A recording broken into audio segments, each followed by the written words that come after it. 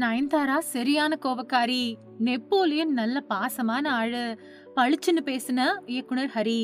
ஹரி இயக்கத்துல தான் முதல் முறையா நயன்தாரா தமிழ் சினிமாவுல ஐயா படம் மூலமா அறிமுகமானாங்க. அந்த படத்துல நடிக்கும்போது அவரு ரொம்ப கோவக்காரி அப்படின்னு ஹரி தன்னோட பேட்டியில சொல்லியிருக்காங்க. அது மட்டும் இல்லாம நெப்போலியன் பத்தி பேசும்போது அவரு ரொம்ப பாசக்காரர் அப்படின்னும் அவரை பத்தி இயக்குனர் ஹரி சொல்லியிருக்காரு. நடிகை நயன்தாரா மலையாளத்துல இருந்து தமிழ் சினிமாவுல ஐயா படத்தின் மூலமா அறிமுகமானாங்க. ஆரம்பத்துல அவங்க ரொம்பவே கோவக்காரியா இருந்தாங்க அப்படின்னு இயக்குனர் ஹரி தன்னோட ரத்னம் படத்தோட ப்ரமோஷன் நிகழ்ச்சியில பேசியிருக்காரு. அப்பவே இந்த பொண்ணு இப்படி ஃபயரா இருக்காங்களே, நிச்சயமா பெரிய அளவுக்கு வருவாங்க அப்படின்னு நினைச்சேன்.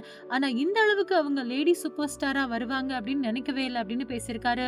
காஸ்டியூம் எல்லாம் சரியில்ல அப்படின்னா கத்துவாங்க. நான் தான் போய் அந்த பஞ்சாயத்தை எல்லாம் முடிச்சு வைப்பேன். நடிப்பு அப்படின்னு வந்துட்டா அப்பவே ரொம்ப சின்சியரா இருப்பாங்க.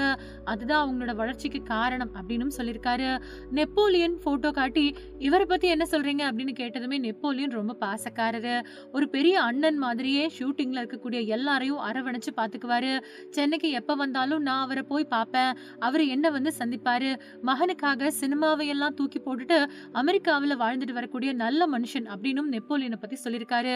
6 படத்துல தர லோக்கலா சவுண்ட் சரோஜா கதாபாத்திரத்துல நடிச்ச ஐஸ்வர்யா பத்தி பேசும்போது அவங்க ரொம்பவே ப்ரொஃபஷனலான ஆர்டிஸ்ட்.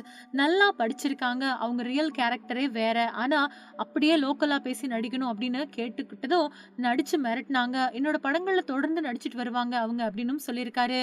தாமிரபரணி அப்புறம் பூஜை சூப்பர் ஹிட் படங்களுக்கு பின்னாடி நடிகர் விஷால் அப்புறம் இயக்குனர் ஹரி இணைஞ்சு பணியாற்றக்கூடிய படம் தான் stone bench films, Karthikeyan Santhanam அப்புறம் ஜி ஸ்டுடியோஸ் சவுத் இணைஞ்சு தயாரிக்கிற இன்வீனியோ ஆரிஜன், அலங்கார் பாண்டியன் அப்புறம் கல்யாண் சுப்பிரமணியம் இணைஞ்சு தயாரிப்பாளர்களா பணியாற்ற அதிரடி ஆக்ஷன் படமா உருவாகி இருக்கு ரத்னம். என்னோட மாப்பிள்ள கார்த்திக் சுப்ராஜ் அப்புறம் என்னோட குடும்பத்துக்கும் நன்றிகள்.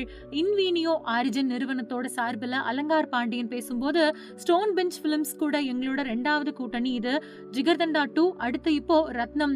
எனக்கு ரொம்ப பிடிச்ச ஹீரோ விஷால். ஹரி சார் அவர் கூட மறுபடியும் இணைஞ்சிருக்காரு. இந்த படம் கண்டிப்பா பெரிய வெற்றி கொடுக்கும் அப்படின்னு நம்புறோம். எல்லாருக்கும் நன்றி அப்படின்னு சொன்னாரு.